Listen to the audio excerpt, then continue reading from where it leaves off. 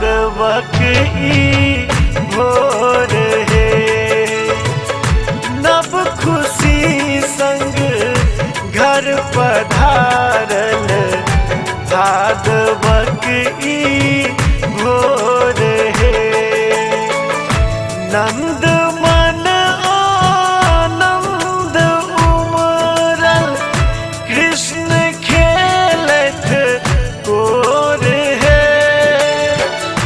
नव खुशी संग घर पधारल भागवत ई भोर है। नव खुशी संग घर पधारल भागवत ई भोर है।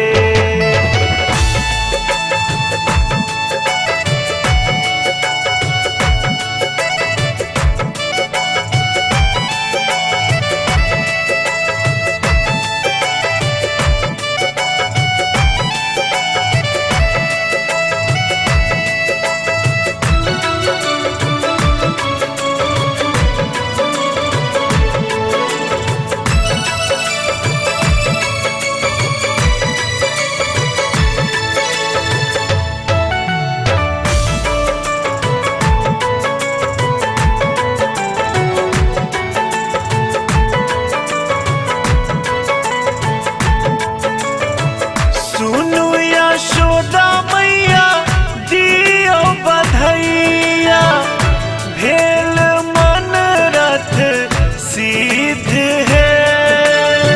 सुनु यशोदा मैया दियो बधैया भेल मन रथ सिद्ध है। खूब जीवत लाल तोहर जगत प्रसिद्ध है। खूब जीवत लाल तोहर होइत जगत प्रसिद्ध है। नव खुशी संग घर पधारल भागवत ई भोर है।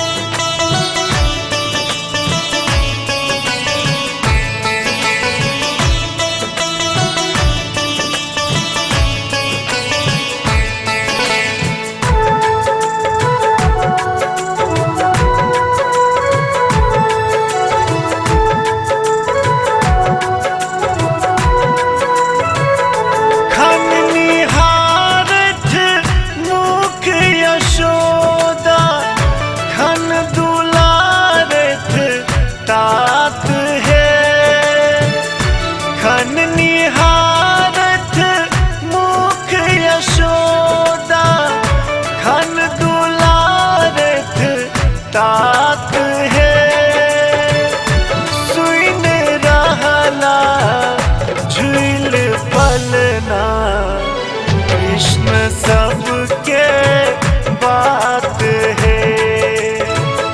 सुन रहला झूल पलना कृष्ण सबके बात है।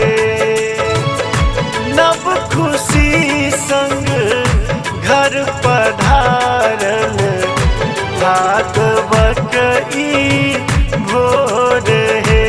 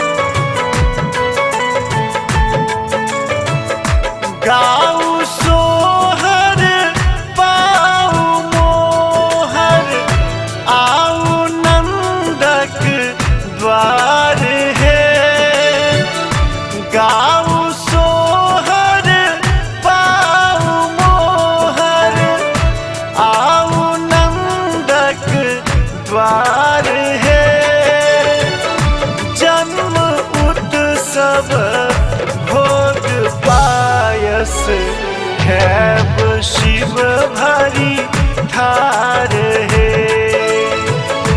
जन्म उत्सव भोग पायस खैब शिव भरी थार है। नव खुशी संग घर पधारल भागवत